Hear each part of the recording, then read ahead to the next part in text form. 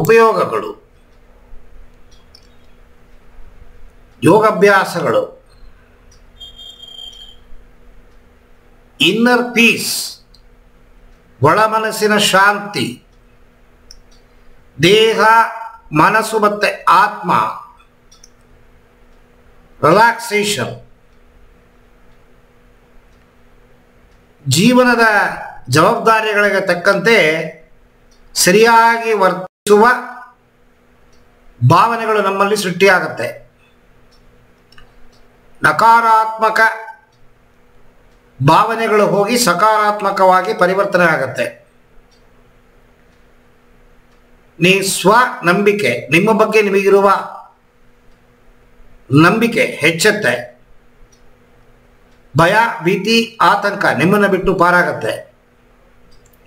ಏಕಾಗ್ರತೆ ಹೆಚ್ಚುತ್ತೆ. ಏಕಾಗ್ರತೆ ಹೆಚ್ಚುವುದರಿಂದ ಬುದ್ಧಿ ಚುರುಕುತನ ಮತ್ತು ನಿಮ್ಮ ಮನಸ್ಸಿನ ಕ್ಲಾರಿಟಿ, ತಗೊಳ್ಳುವ ಡೆಸಿಷನ್ ಪರ್ಫೆಕ್ಟ್ ಆಗಿರುತ್ತೆ.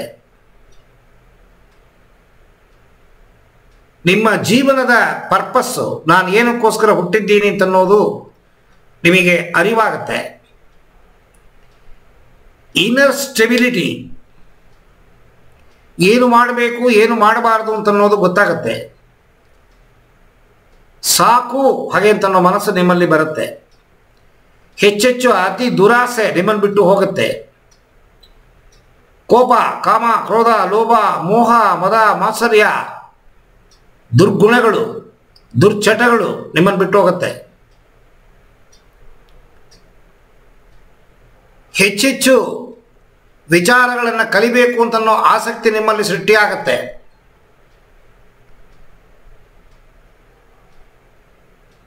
ಲೋಕದ ಸತ್ಯ ಏನು ಅಂತನ್ನೋದು ಗೊತ್ತಾಗತ್ತೆ. ಅಮ್ಮ ಯಾರು, ಅಪ್ಪ ಯಾರು, ಹೆಂಡತಿ ಯಾರು, ಮಕ್ಕಳು ಯಾರು ಗೊತ್ತಾಗತ್ತೆ. ಈಗ ನಮಗೆ ಅಜ್ಞಾನ ಗೊತ್ತಾಗ್ತಿಲ್ಲ. ನಿಮ್ಮ ಪ್ರಾಬ್ಲಮ್ ಸಾಲ್ವಿಂಗ್ ಸ್ಕಿಲ್ ಸ್ಟೆಬಿಲೈಸ್ ಆಗುತ್ತೆ. ತಾಳ್ಮೆ ಬರುತ್ತೆ ನಿಮ್ಮಲ್ಲಿ. ಕೋಪ ಕಮ್ಮಿ ಆಗತ್ತೆ. ಸೆಲ್ಫ್ ಡಿಸಿಪ್ಲಿನ್ ಹೆಚ್ಚುತ್ತೆ. ನಿಮ್ಮನ್ನು ನೀವು ಅರ್ಥ ಮಾಡ್ಕೊಳ್ಳೋದಲ್ಲದೇನೆ ಬೇರೆಯವರ ಮನಸ್ಸನ್ನು ಕೂಡ ಅರ್ಥ ಮಾಡಿಕೊಳ್ಳುವ ಸ್ಥಿತಿ ನಿಮ್ಮಲ್ಲಿ ಸೃಷ್ಟಿಯಾಗತ್ತೆ.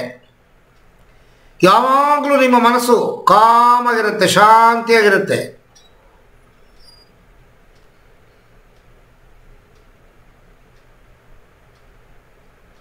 ನಿಸರ್ಗ ಜೊತೆಗೆ ಹೆಚ್ಚೆಚ್ಚು ಕನೆಕ್ಟಿವಿಟಿ ಸಿಗುತ್ತೆ ನಿಮಗೆ.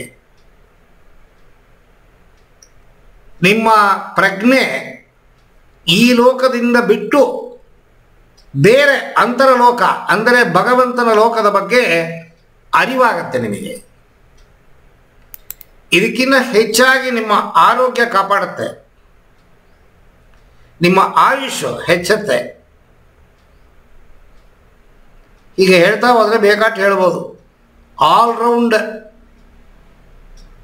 ಡೆವಲಪ್ಮೆಂಟ್, ಜೀವನದಲ್ಲಿ ಆಲ್ರೌಂಡ್ ಡೆವಲಪ್ಮೆಂಟ್ ನಿಮಗೆ ಸಿಗುತ್ತೆ.